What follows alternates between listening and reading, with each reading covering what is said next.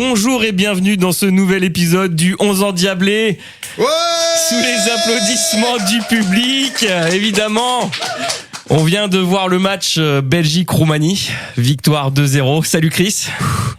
enfin. Ça respire. Voilà, on est là. La Belgique a démarré son Euro. Oui, putain, enfin. Il était temps.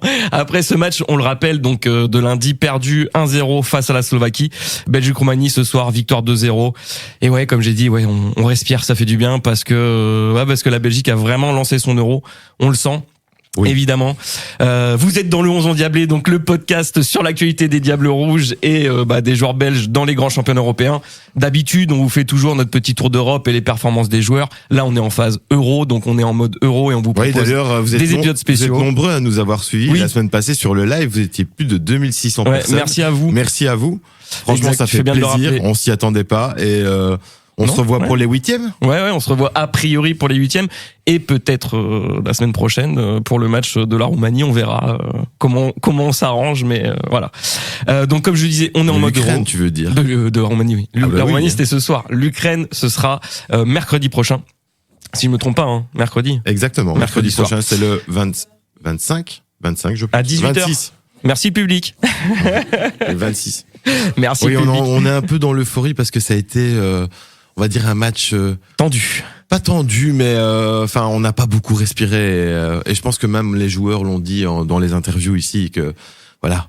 Bah tiens, on va lancer le débrief du match. Jingle.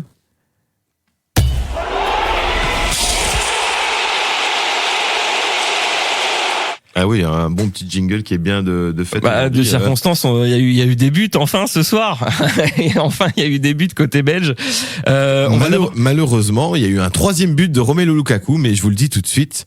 Et voilà, il est de nouveau annulé par le VAR. Pour une pointure trop grande. Je pense qu'il est en tête du classement des buteurs ayant le plus de buts fictifs. S'il est en tête de buts annulés lors d'une phase finale de Coupe d'Europe. C'est le classement des buteurs parallèles. Ceux qui auraient dû marquer et qui n'ont pas marqué. Voilà, bon, on revient avant de vous passer sur le film du match. On va vous présenter quand même le 11 puisqu'il y a eu beaucoup de changements par rapport au match de la Slovaquie. Et des changements qu'on attendait et d'autres qu'on n'attendait pas spécialement ou on aurait bien aimé d'autres changements, mais finalement, voilà. Castells dans les buts. Donc on est parti avant que je fasse la liste. Par contre, je veux signaler que c'était communiqué officiellement à l'UEFA comme étant un 3-4-3 ce soir. Oui, un 3-4-3. On n'a pas trop compris, mais je pense que c'était quand même ça au début. À un moment, il y a eu ça. Ça a évolué. On va vous expliquer un petit peu tout ça. Castells dans les buts. Vertonghen centre gauche face dans le centre de la défense à 3. Castagne à droite. Au milieu, un peu plus haut, Théâtre à gauche, puis Onana, Tielemans dans l'entrejeu, Doku à droite sur la feuille de match, et devant Lukebakio, Lukaku, KDB. En réalité, la Belgique a évolué effectivement en 3-4-3 et 5-2-3 en fonction des phases de jeu. Mais Doku ne jouait pas à droite, il jouait bien à gauche. Bien joué tout le match à gauche. Et Lukebakio à droite. C'est ça. D'ailleurs. Et Castagne, en fait, il était pas vraiment ailier ce soir puisqu'il avait tout le temps Lukebakio devant lui. De Bruyne aussi qui a évolué beaucoup plus haut que face à la Slovaquie. On se souvient que face à la Slovaquie, il avait plutôt évolué à un poste presque de numéro 6. Oui, là, il était vraiment beaucoup plus haut. On a mis Onana et puis on a mis Tielemans dans l'intervalle pour faire De Bruyne qui a pu du coup jouer beaucoup plus haut aujourd'hui. Ouais, qui a pu s'apporter et qui a marqué. Et qui est homme du match aussi. Homme du match. Kevin De Bruyne, homme du match. Donc, premier but, c'était pour... le premier but... Youri Tielemans. Youri Tielemans, évidemment, parce que c'était si tôt dans le match. Dès la deuxième minute. Dès la deuxième minute. Voilà aussi, vous comprenez évidemment si vous avez regardé le match comme nous. Oui, sans doute. Pour ceux qui ne l'ont pas regardé, voilà, c'était un match, voilà, un peu... on a le souffle coupé, parce que voilà, on marque à la deuxième minute. Ça a commencé sur les chapeaux de roue, donc premier tir de la Belgique, premier but de Youri Tielemans sur une belle remise. Enfin, c'est un bon trio entre Doku, Lukaku qui remet tranquillement à Tielemans qui frappe enchaîné plein axe, vient tromper le gardien de la Roumanie Nita. Ça avait vraiment démarré sur les chapeaux de roue. La Belgique a largement dominé la première période, mais vraiment très largement. Ils ont démarré, on va dire, pied au plancher. Ouais. Donc ils ont très très vite asphyxié les Roumains.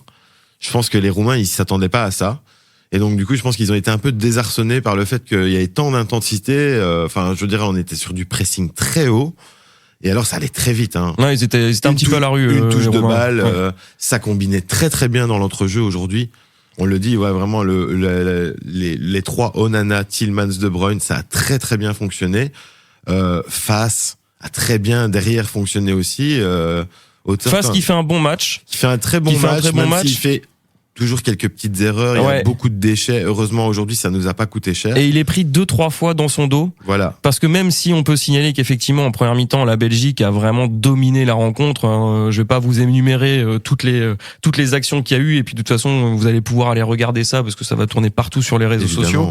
Mais c'était une grosse domination belge pendant les 45 premières minutes.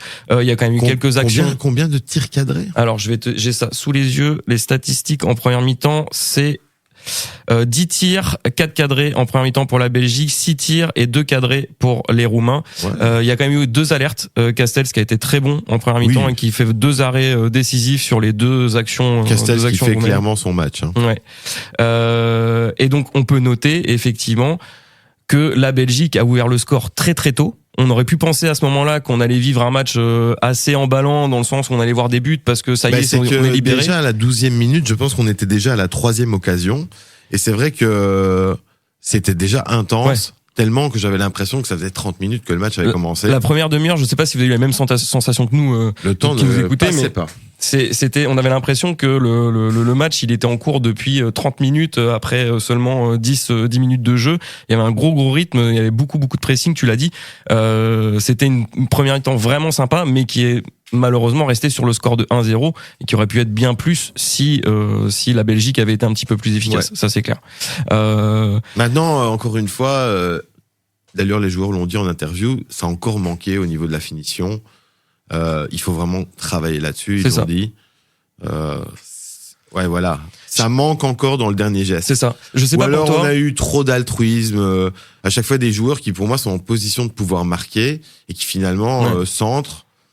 Parce j'ai l'impression, cette envie que Lukaku marque, en fait. Tout le monde avait envie qu'il marque ce soir. On a vu, en deuxième mi-temps, avant qu'on fasse quand même le film de cette deuxième mi-temps aussi, on avait vu Trossard, Kevin De Bruyne essayer de servir plusieurs fois Lukaku pour qu'il marque son but.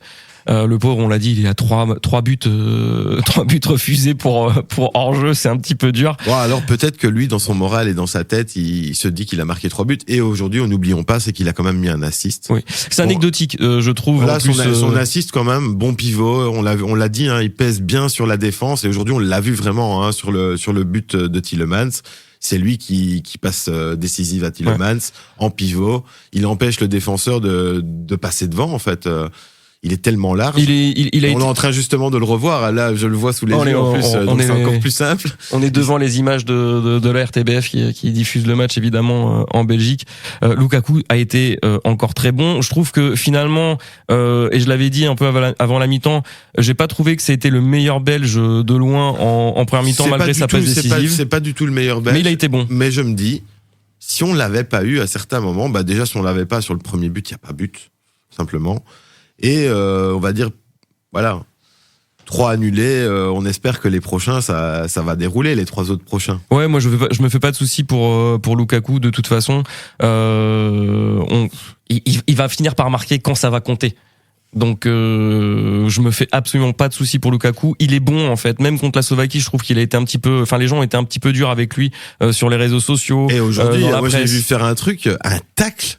Oui, c'est vrai qu'il a attaqué en début de match. Tacle. Ouais. Oh là là. Moi, si j'avais des enseignements à tirer sur cette première mi-temps, je trouve que c'est vraiment la mi-temps rassurante pour la Belgique, celle qui permet de lancer à la fois le tournoi, qui permet à Tedesco, je pense, d'avoir un 11 sur lequel se baser pour les autres matchs. Un 11, mais il va devoir se passer de Luke Bakio, qui malheureusement à la 35e a pris une jaune. Une jaune un peu bête en plus. C'est vrai qu'il a pris le jaune à la 35e, c'est super tôt dans le match. Ouais. Bon, donc on devra se passer de lui pour le 3e match, mais en même temps, c'est ce que je disais à Morgan pendant le match, ça peut être intéressant de finalement avoir déjà notre joueur suspendu maintenant, parce que si on va en 8e, et on va y aller en 8e, je vous le dis, on sera très content en 8e de pouvoir récupérer notre joueur, Luke Bakio, exemple de toute carte On va pas se projeter trop vite non plus sur les huitièmes. Il reste un match à jouer face à l'Ukraine, mais effectivement après cette victoire, ça sent bon. Qu'on de toute sera façon, en huitième. Voilà, oui, je l'ai dit. C'est mon avis. Un nul, on sera en huitième. Un nul face à l'Ukraine vous qualifie, et une défaite, même si elle est peut-être très courte, vous qualifie aussi. Moi, je vois vraiment pas les Diables vouloir se contenter d'un nul. Je pense que clairement les Diables vont vouloir accrocher la première place. S'ils veulent c'était leur objectif de base, et je pense qu'ils peuvent encore l'accomplir en plus dans ce groupe qui est complètement mirobolant par rapport au reste des autres groupes, puisque on est le seul groupe à avoir les 4 équipes qui ont 3 points. Une première dans l'Euro. Voilà. C'est jamais arrivé. Après 2 journées d'avoir toutes les équipes à 3 points. Donc c'est assez fou, ouais. Donc on est à peu près sûr d'être dans une des équipes qui aura le meilleur troisième, à mon avis. Hein. Ça c'est quasiment certain. Ce qui est sûr, c'est que il faudra faire mieux quand même que ce que la Belgique a montré en deuxième mi-temps, même si c'était pas non plus une mauvaise mi-temps, loin de là, puisqu'il y a quand même eu le but de Kevin De Bruyne à la 80e qui a vraiment délivré, je pense, tout clairement, le pays. ils ont aussi tenté des trucs. Ils ont essayé de resserrer les boulons. On l'a vu sur Jérémy Doku, qui a été marqué beaucoup plus en deuxième mi-temps, mais ça n'empêche qu'il est quand même passé plusieurs fois. Mais ce qui a vraiment changé vraiment dans le rythme des Roumains, c'est les 2 entrées là de Hadji. Hadji, le numéro 10. J'ai pas noté les entrées, je les ai sous les yeux. Hadji, le numéro 10, quand il est rentré, je pense qu'il avait pas volé son numéro 10 dans son dos. C'est Hadji et Olaru qui sont rentrés à la place de Marine et Mihaila. Ils ont fait du bien. Entre parenthèses, Marine, il était temps qu'il sorte aussi parce que je crois qu'il était à sa 10e faute, il a finalement pris une jaune. J'ai trouvé l'arbitre vraiment très très très gentil avec les Roumains. C'est normal. Franchement, ok, on a compris. Pologne, Roumanie, on est potes, peut-être. Voilà. Donc, le complot de l'Est. Donc, voilà. Non, mais c'est vrai que il a un peu mis du temps à sortir des cartons jaunes. En parlant de cartons jaunes, on peut noter donc le jaune de Luke Bacchio en première mi-temps, 35e, qui sera suspendu pour le match face à l'Ukraine. Et un jaune à la 59e pour Banchou et un jaune pour la 65e à Marine. Côté changement, en deuxième mi-temps, on a eu le droit à Trossard qui est rentré pour Luke Bacchio. On a eu aussi Tillmans qui est sorti pour Mangala et Trossard qui est rentré pour Carrasco. Une belle rentrée. Trossard qui fait une belle rentrée. Ouais.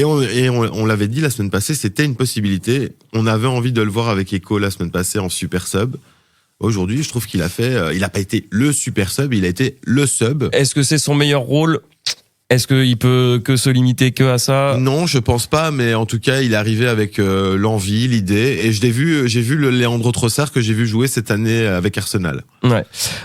Et ça fait plaisir. Ouais. Ce qu'on peut retenir globalement de cette deuxième mi-temps, pour revenir vraiment au film du match, c'est que la Belgique a quand même moins dominé cette deuxième mi-temps. Il y a que 2 tirs d'écart finalement entre les Belges et les Roumains, 9 tirs à 7, 5 cadrés quand même pour la Belgique et 2 seulement côté roumain. Castells, il a sauvé la baraque quand même 1 ou 2 fois de manière très très impressionnante dans le match, en plus de donner une passe décisive pour le but de Kevin De Bruyne. Parce qu'évidemment, à la 80e, donc, on a dû attendre 80 minutes quand même. Ça fait 78 minutes entre les 2 buts. Ouais, vous ne prenez pas de but, enfin on prend pas de but de manière globale, mais c'est quand même un point, je pense, sur lequel il faudra encore travailler côté belge, c'est la défense, parce qu'on a vu quand même des hésitations, quelques moments de flottement. Il faut faire attention. Ce que je pourrais dire aussi, c'est on a vu un Théâtre demander son changement, et Tedesco a mis littéralement entre 5 et 10 minutes à sortir Théâtre. Ouais. C'est vrai que c'était un peu long.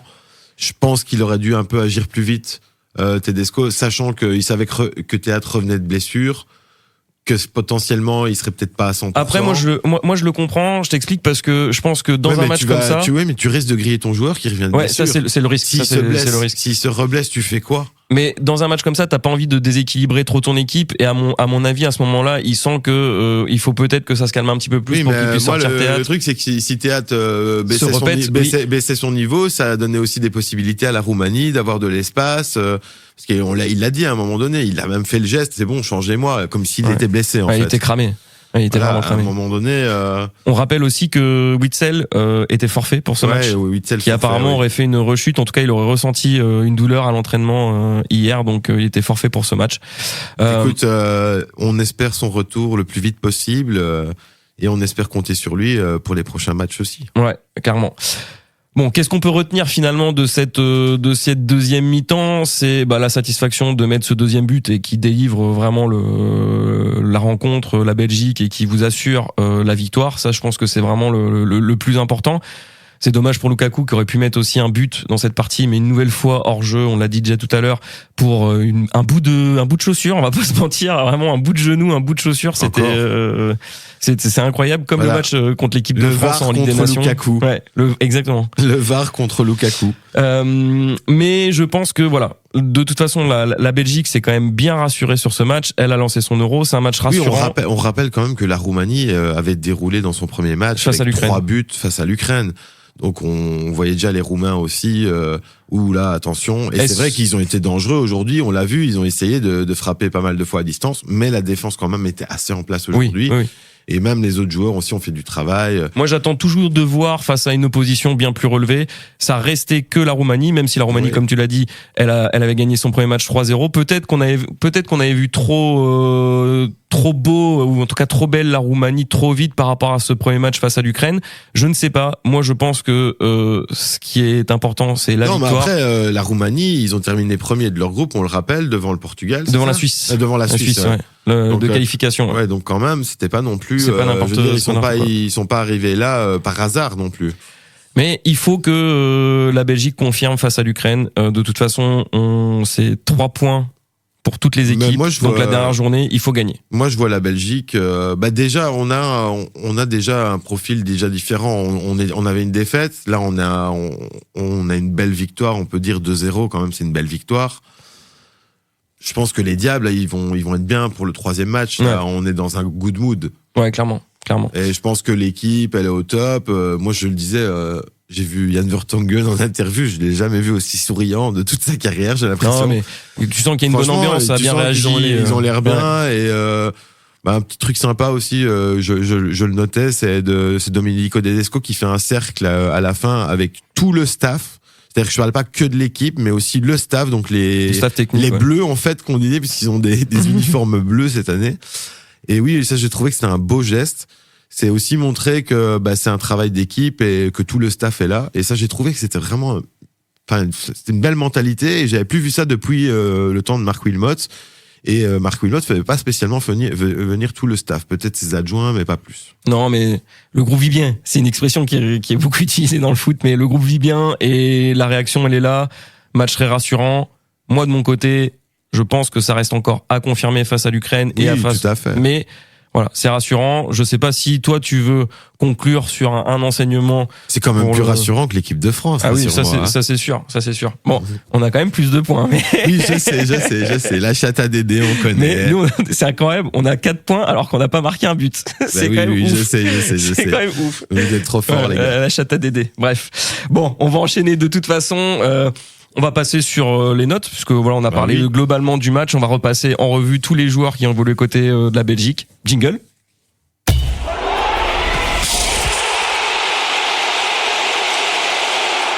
Pour les notes, on va reprendre le 11, classique. On repart avec Castells.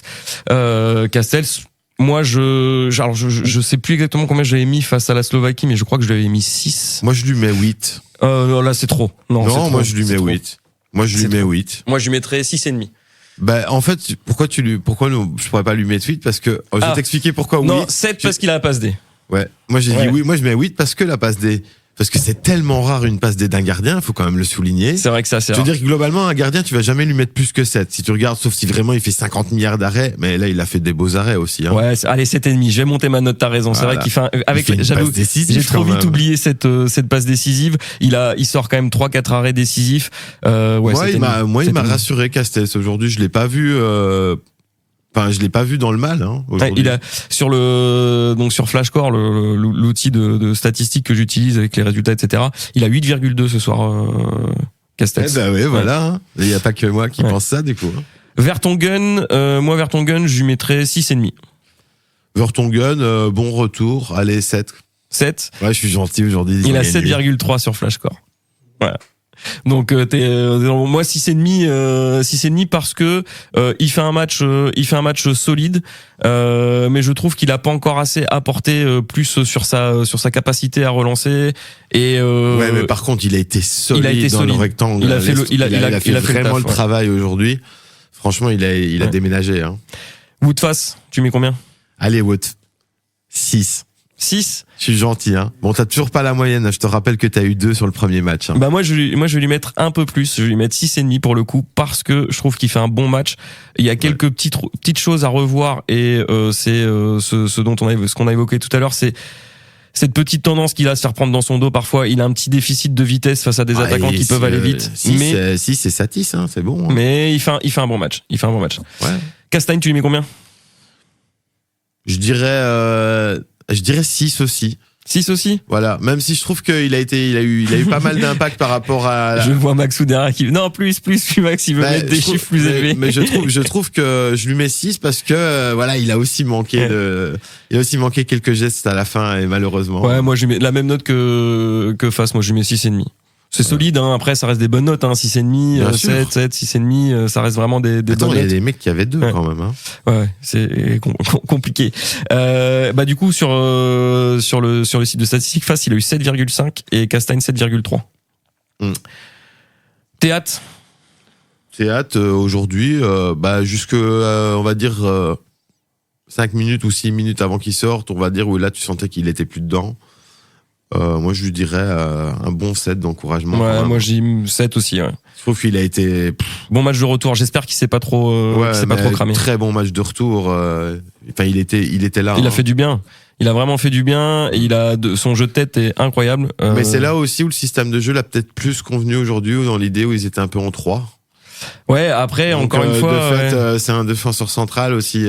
C'était très. En fait, l'animation de jeu, finalement, avec cette défense en 3, en 5, on sait pas trop. C'était vraiment assez bizarre, mais ça marchait bien. Ouais, ça marchait bien, en fait. Ça marchait vraiment bien et les joueurs se sont bien trouvés. C'est peut-être ça la solution, un 3 qui passe en 5. C'est modulaire. Tu t'adaptes aussi en fonction des phases de jeu. Là, tu t'adaptes pas en fonction de l'adversaire. Surtout que dans l'axe devant, t'as Onana, qui franchement aujourd'hui. En 6, il a été bon. Bah tiens, Onana, tu lui mets combien? Bah Onana, je vais lui mettre 7,5. 7,5. Ouais. Ouais, moi je lui mettrais 6,5 ou 7. Et très bon devant la défense, très bon en tant que récupérateur. Ouais. Mais alors peut-être qu'aussi c'est le match qui a fait ça et la position aussi de Bruyne qui était souvent devant lui. Mais il aurait pu amener plus aussi à la relance. Je trouve qu'il a manqué de projection. Il y avait Tielemans aussi à côté qui était là pour faire le taf. Voilà. Donc et Tielemans fait un bon match. Mais aujourd'hui, il était parfait dans son rôle de 6, je trouve. Vraiment, même défensivement, il a fait quelques beaux tacles.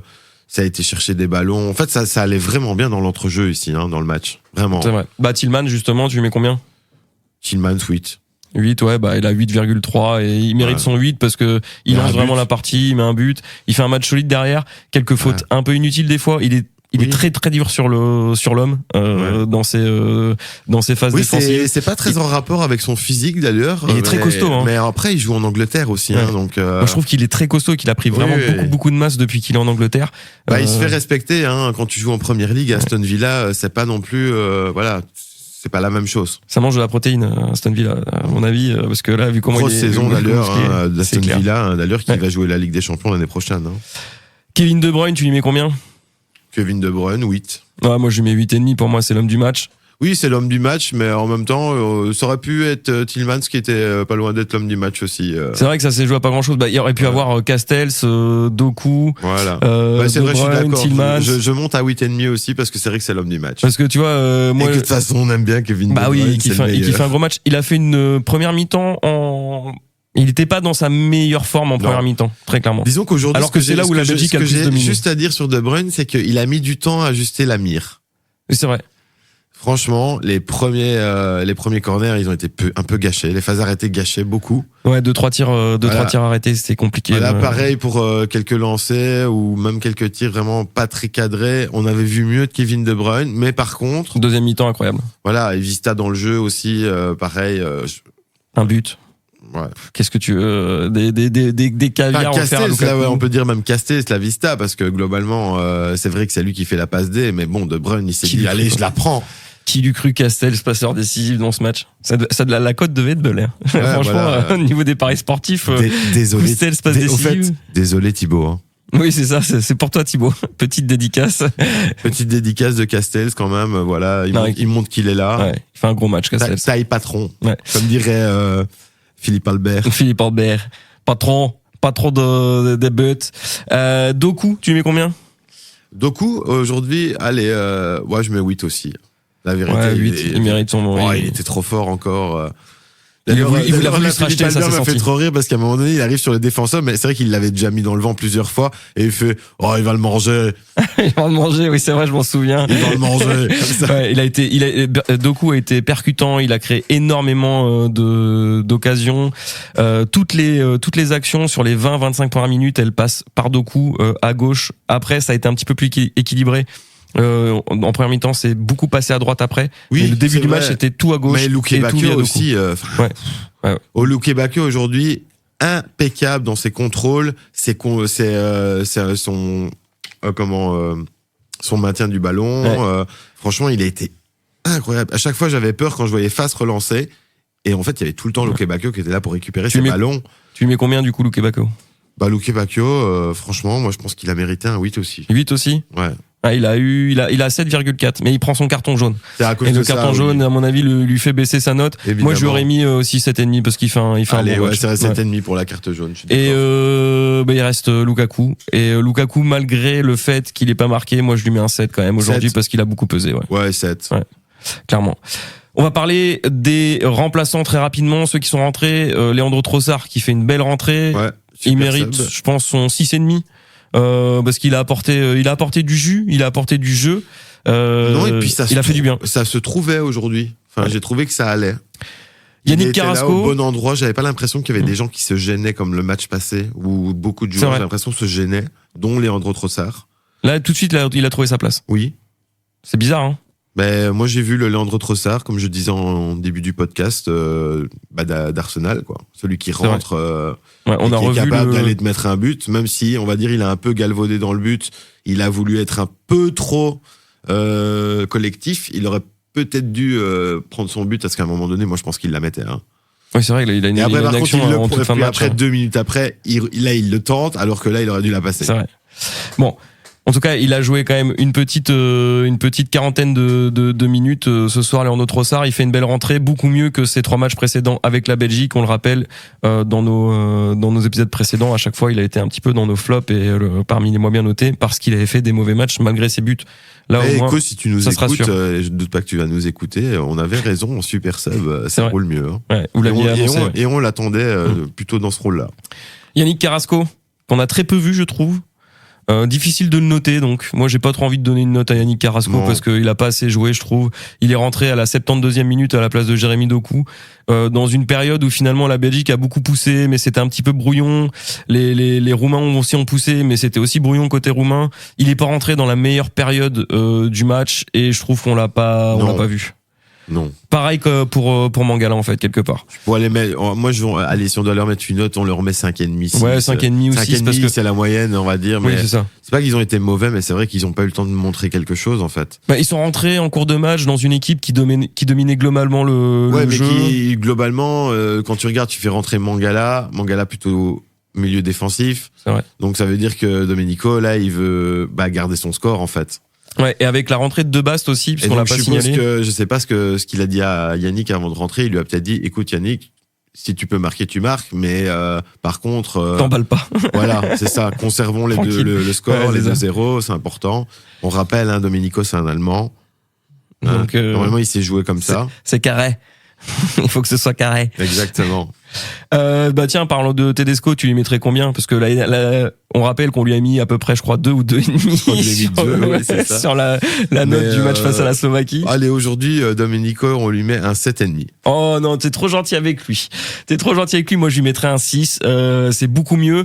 Je dirais que c'est, pour moi, il a trouvé, en tout cas, un style ou une équipe potentiellement un 11 pour le match face à l'Ukraine, et je pense que c'est là-dessus qu'il doit partir. 7,5 plus 2, ça fait 9,5. Hein.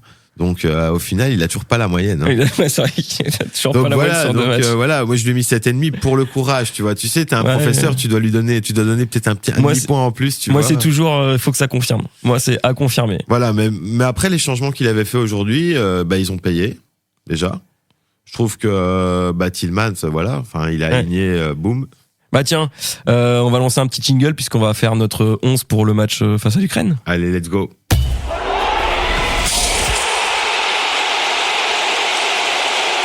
Question fatidique pour le match face à l'Ukraine. Est-ce qu'on change quelque chose ? Est-ce qu'on repart sur le même 11 ? On va devoir changer quelque chose parce que parce que Luke Bacchio est suspendu. Luke Bacchio est suspendu, donc ce sera d'office pas Luke Bacchio. Alors, on imagine qui plutôt ? Est-ce que c'est plutôt Trossard qui revient reprendre sa place ? Ce qui me fait peur, c'est que comme Trossard a fait une belle rentrée aujourd'hui, c'est qu'ils se disent allez, je le réaligne.